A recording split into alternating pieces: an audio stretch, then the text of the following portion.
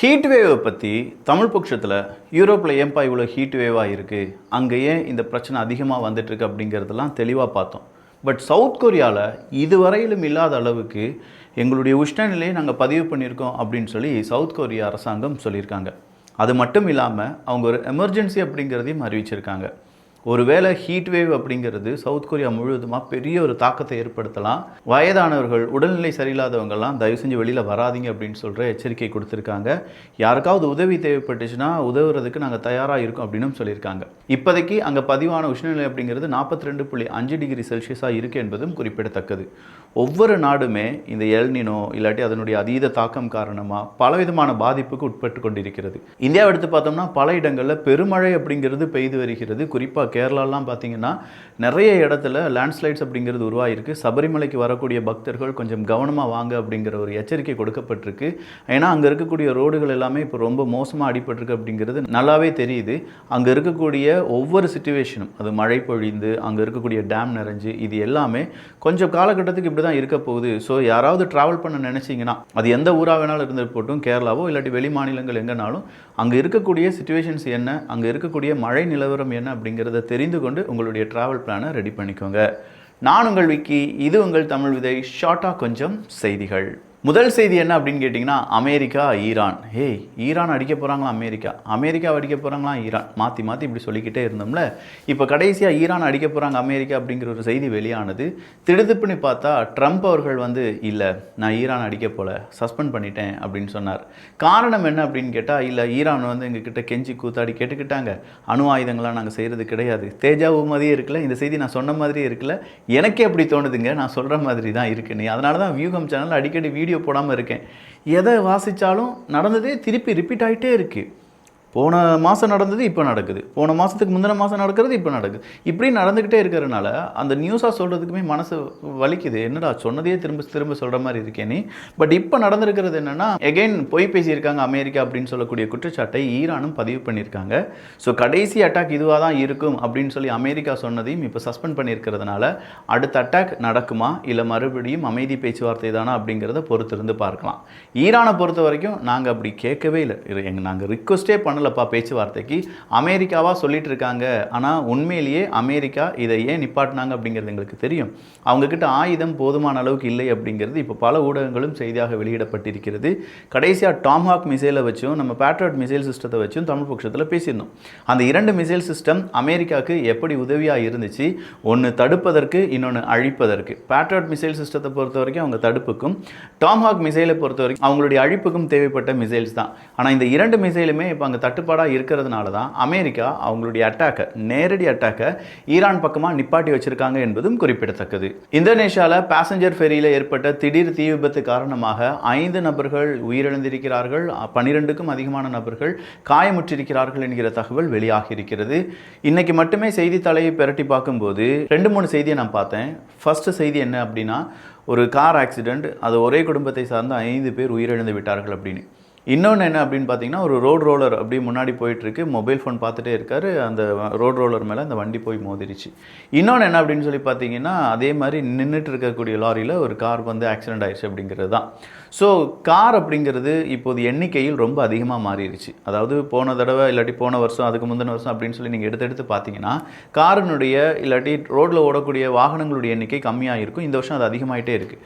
இப்படி அதிகமாக நீங்களும் ரொம்ப காஷியஸாக உங்களுடைய டிரைவிங் அப்படிங்கிறத செய்யுங்க. சொல்லப்போனால் உங்களுடைய டிரைவ், அது தூக்கம் வந்ததாக இருக்கலாம், இல்லாட்டி ரேஷ் டிரைவிங்காக இருக்கலாம். இதனால் பலியாக போகிறது நீங்கள் மட்டும் கிடையாது, உங்களை நம்பி, நீங்கள் டிரைவராக இருந்தீங்கன்னா உங்களை நம்பி இருக்கிறவங்க, நீங்கள் தான் வண்டியை ஓட்டுறீங்கன்னா உங்களை நம்பி இருக்கக்கூடிய நிறைய பேர் இதில் பாதிப்படைகிறதுக்கான வாய்ப்புகள் இருக்குது. தொடர்ச்சியாக இந்த மாதிரி செய்திகள் வர்றதுனால தான் இதை சொல்ல வேண்டியதாக இருக்குது. லைட்டாக கண் அசந்தாலும் நான் என்ன சொல்கிறேன்னா, ஓரம் கட்டிட்டு, ஏதாவது பெட்ரோல் பம்புக்கு முன்னாடி ஓரம் கட்டிட்டு கொஞ்சம் போனீங்கன்னா உங்களுக்கும் நல்லது, உங்கள் வீட்டுக்கும் நல்லது.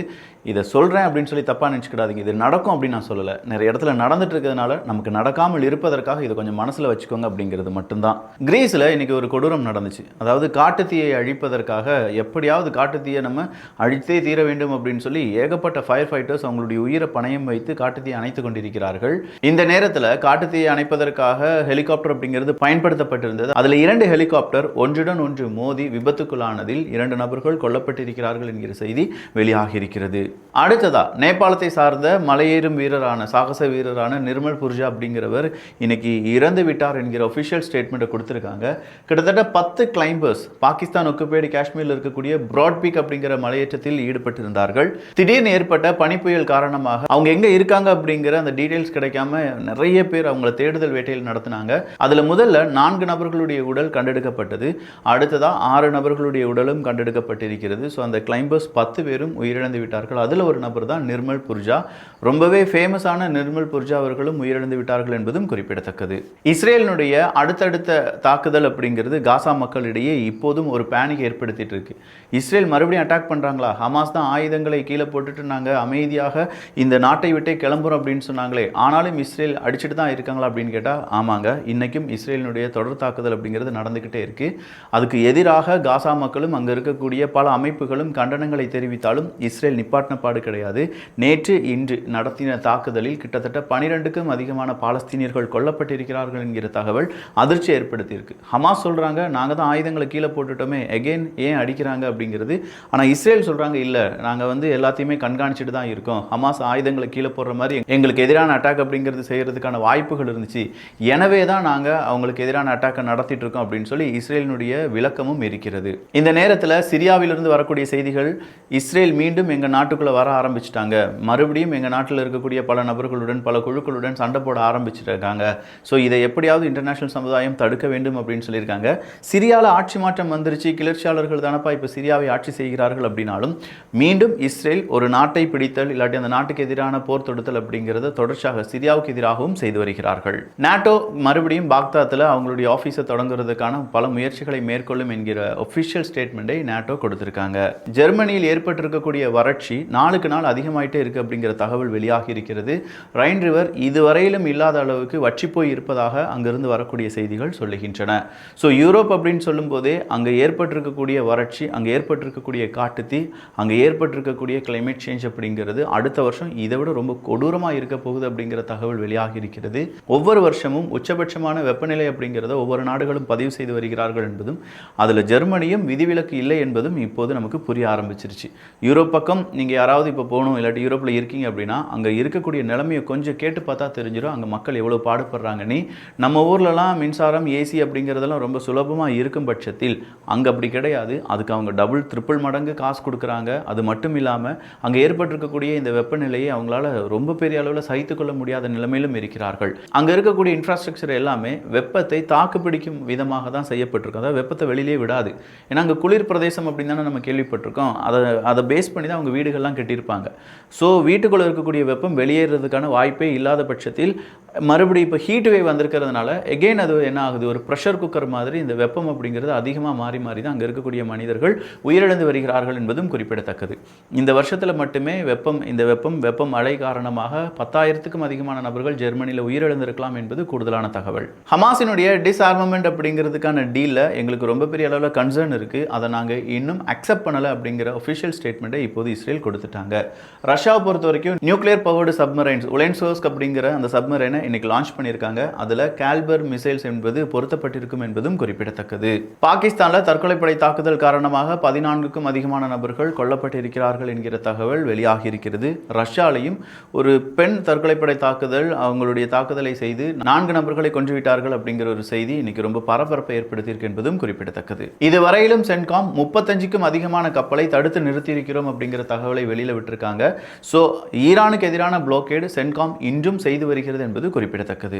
பிரேசிலினுடைய லுலா அவர்கள் 80வது வயது, ஆனாலும் 4வது முறையாகவும் நான் எலெக்ஷனில் நிற்பேன், அதுக்கான கெத்து என்கிட்ட இருக்கு, அதனால இந்த முறையும் லுலா அவர்கள் எலெக்ஷனில் நிற்க போகிறார் அப்படிங்கிற தகவலை ஒஃபிஷியலாக இன்று வெளியிட்டிருக்கிறார். பாகிஸ்தான் ஒக்குபைடு காஷ்மீரில் எலெக்ஷன் நடந்துட்டு இருக்கு அப்படிங்கிறத நம்ம பார்த்தோம். அங்கே இருக்கக்கூடிய மக்களுடைய போராட்டம் அப்படிங்கிறதையும் தமிழ் பட்சத்தில் டீட்டெயில்டு காணொலியாக பார்த்துருந்தோம்.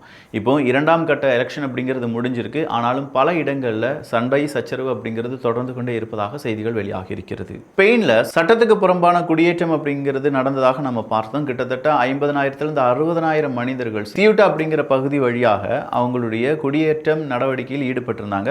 ஆனால் இது சட்டப்பூர்வமானது கிடையாது. ஸ்பெயினுக்குள்ள சட்டப்படி இல்லாமல் குடியேறுவது தான். ஸோ அதில் இருக்கக்கூடிய பல நபர்களை நாங்கள் அப்புறப்படுத்திட்டோம். மறுபடியும் ஒரு 50,000க்கும் அதிகமான நபர்களை எங்கே அனுப்பிட்டோம், எங்களுடைய எல்லையிலேருந்து துரத்திட்டோம் அப்படின்னு சொன்னாங்க. இதில் உயிரிழந்தவர்களுடைய எண்ணிக்கை இப்போ ஸ்பெயின் 74ஆக அஃபிஷியலாக அறிவித்திருக்கிறார்கள். அது மட்டும் கிடையாது, இந்த சியூட்டா அப்படிங்கிற கடற்பிரதேசம் முழுவதுமாகவே இப்போ மிதக்கக்கூடிய தடுப்புச் சுவர்கள் எழுப்பப்பட்டிருப்பதாகவும் ஸ்பெயின் அரசாங்கம் குறிப்பிட்டிருக்கிறார்கள். ஸோ நிறைய செய்திகள் பார்த்துருக்கோம். இந்த செய்திகள் பற்றி உங்களுடைய கருத்துக்கள் இங்கே வரவேற்கப்படுகின்றன. எல்லோரும் தமிழ் விதையில் இணைந்திருங்கள். நல்லதை பகிர்ந்து நல்ல சமுதாயத்தை உருவாக்குவோம். நன்றி, வணக்கம்.